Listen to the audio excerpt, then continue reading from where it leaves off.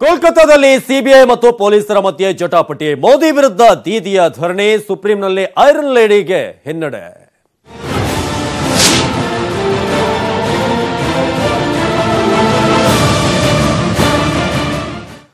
ಪಶ್ಚಿಮ ಬಂಗಾಳ ಸಿಎಂ ಮಮತಾ ಬ್ಯಾನರ್ಜಿಗೆ ದೊಡ್ಡ ಹಿನ್ನಡೆದು ದೀದಿಯ ಆಪ್ತ ಪೊಲೀಸ್ ಕಮಿಷನರ್ಗೆ ಸಂಕಷ್ಟ.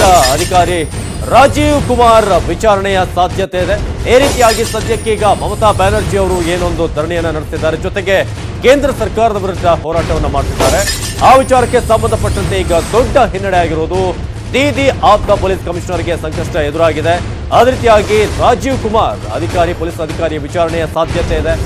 ಇನ್ನು ವಿಚಾರಣೆಗೆ ಹಾಜರಾಗಬೇಕು ಅಂತ ಈಗಾಗಲೇ ಸುಪ್ರೀಂ ಕೋರ್ಟ್ ಅಭಿಪ್ರಾಯವನ್ನ ಪಟ್ಟಿರೋದು. ವಿಚಾರಣೆಗೆ ಹಾಜರಾಗಲು ಏನು ಸಮಸ್ಯೆ ಅಂತ ಪ್ರಶ್ನೆ ಮಾಡಿದೆ.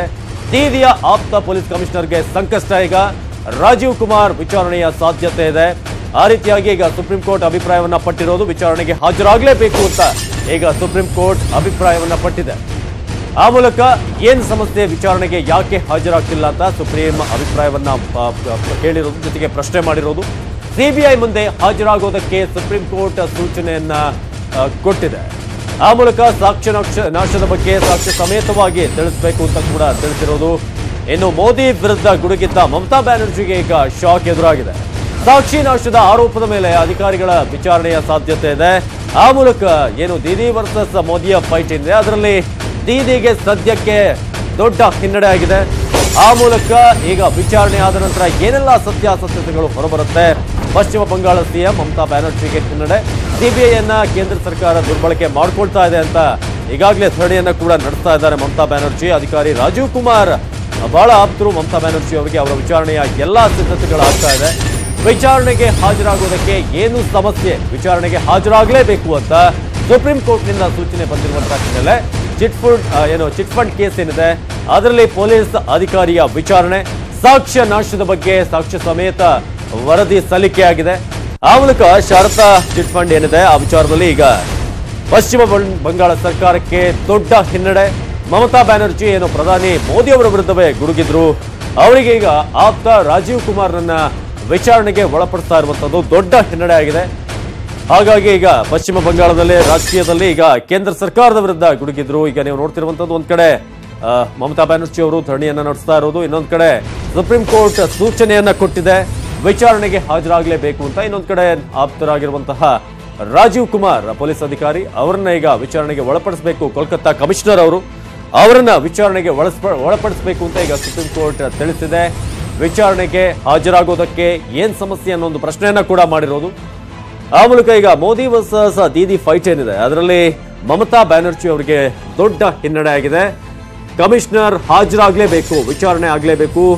ಶಾರದಾ ಚಿಟ್ ಫಂಡ್ ಏನಿದೆ ಅದಕ್ಕೆ ಸಂಬಂಧಪಟ್ಟಂತೆ ಸಾಕ್ಷ್ಯ ನಾಶದ ಬಗ್ಗೆ ಸಾಕ್ಷಿ ಸಮೇತ ಈಗಾಗಲೇ ವರದಿಯನ್ನ ಸಲ್ಲಿಕೆ ಮಾಡಲಾಗಿದೆ.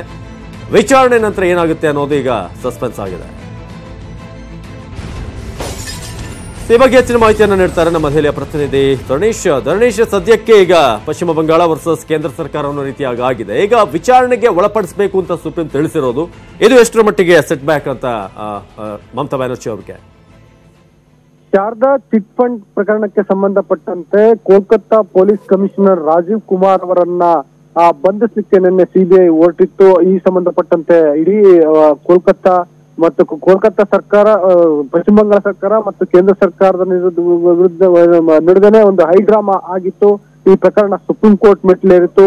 ಈಗ ಸುಪ್ರೀಂ ಕೋರ್ಟ್ ನಲ್ಲಿ ಮಮತಾ ಬ್ಯಾನರ್ಜಿ ಅವರಿಗೆ, ಪಶ್ಚಿಮ ಬಂಗಾಳದ ಮುಖ್ಯಮಂತ್ರಿ ಮಮತಾ ಬ್ಯಾನರ್ಜಿ ಅವರಿಗೆ ಬಹಳ ದೊಡ್ಡ ಹಿನ್ನಡೆ ಆಗಿದೆ. ಯಾಕೆಂತಂದ್ರೆ ತನ್ನ ಅಧಿಕಾರಿ ರಾಜೀವ್ ಕುಮಾರ್ ಅವರನ್ನ ಸಮರ್ಥಿಸಿಕೊಂಡು ಅವರನ್ನ ಸಿಬಿಐ ವಿಚಾರಣೆಗೆ ಒಳಪಡದಂತೆ ನೋಡ್ಕೊಳ್ಳುವಂತ ಪ್ರಯತ್ನವನ್ನ ಮಾಡಿದ್ರು. ಈ ಸಂಬಂಧಪಟ್ಟಂತೆ ಧರಣಿಯನ್ನ ಮಾಡಿದ್ರು, ಅಹೋರಾತ್ರಿ ಧರಣಿಯನ್ನ ಮಾಡಿದ್ರು ಕೋಲ್ಕತ್ತಾದಲ್ಲಿ ಕೇಂದ್ರ ಸರ್ಕಾರದ ವಿರುದ್ಧ. ಕೇಂದ್ರ ಸರ್ಕಾರ ಸಿಬಿಐ ದುರುಪಯೋಗ ಪಡಿಸ್ಕೊಳ್ತಿದೆ ಅನ್ನುವಂತಹ ಗುರುತರವಾದಂತಹ ಆರೋಪವನ್ನ ಮಾಡಿದ್ರು. ಮತ್ತೆ ಅವರು ಕೂಡ ಕೋರ್ಟ್ ಮೆಟ್ಟಿಲೇರಿದ್ರು. ಸೊ ಈಗ ಎಲ್ಲದಕ್ಕೂ ಕೂಡ ಮಮತಾ ಬ್ಯಾನರ್ಜಿ ಅವರಿಗೆ ಹಿನ್ನಡೆಯಾಗಿದೆ. ಯಾಕೆಂತಂದ್ರೆ ಸುಪ್ರೀಂ ಕೋರ್ಟ್ ಇವತ್ತು ಬಹಳ ಸ್ಪಷ್ಟವಾಗಿ ಹೇಳಿದೆ, ರಾಜೀವ್ ಕುಮಾರ್ ಶಾರದಾ ಚಿಟ್ ಫಂಡ್ ಪ್ರಕರಣದಲ್ಲಿ ಸುಪ್ರೀಂ ಕೋರ್ಟ್ಗೆ ವಿವರಣೆಯನ್ನ ನೀಡಬೇಕು, ಸುಪ್ರೀಂ ಕೋರ್ಟ್ ಮುಂದೆ ಬರಬೇಕು ಅನ್ನುವಂತ ಮಾತನ್ನ ಸುಪ್ರೀಂ ಕೋರ್ಟ್ ಹೇಳಿದೆ.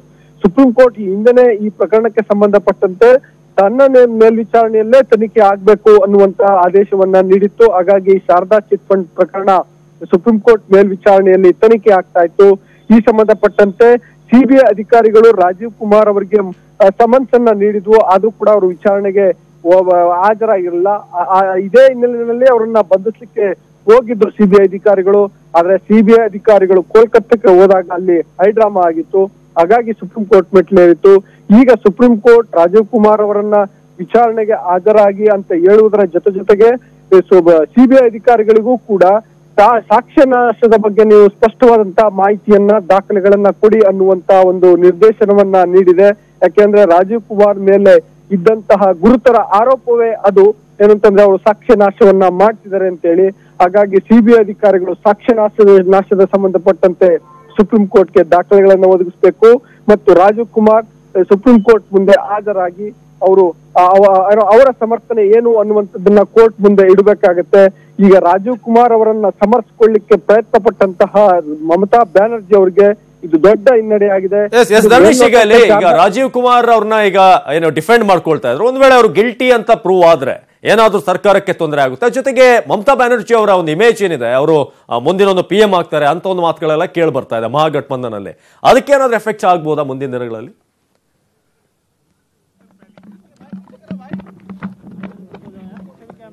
Today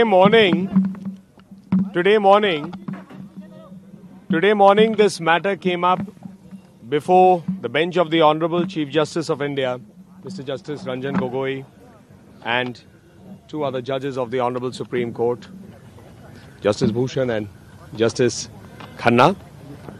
The learned Attorney General for India, Mr. Venugopal, addressed the court and brought before the court the seriousness of the situation with regard to the basic facts, what transpired over the on Sunday night, how the CBI officers and other people were prevented from doing their job, they were manhandled. These facts were placed. The Solicitor General for India, Mr. Tushar Mehta, also made additional points before the Honorable Court. From the other side, Dr. Abhishek Manu Singhvi appeared and contested these points. However, at the end of it, the Honorable Chief Justice of India's bench ordered that Mr. Rajiv Kumar would make himself available in light of the prayer of the application of the CBI to join that investigation, make available whatever is required and cooperate fully. At the same time, the Honorable Court pointed out that no coercive steps would be taken. The second matter which was highlighted by the learned Attorney General for India, Mr. Venugopal, was with relation to the question of contempt, because this is an order of the Honorable Supreme Court on which the CBI is looking at these mega scams. That matter also would be before the Honorable Court.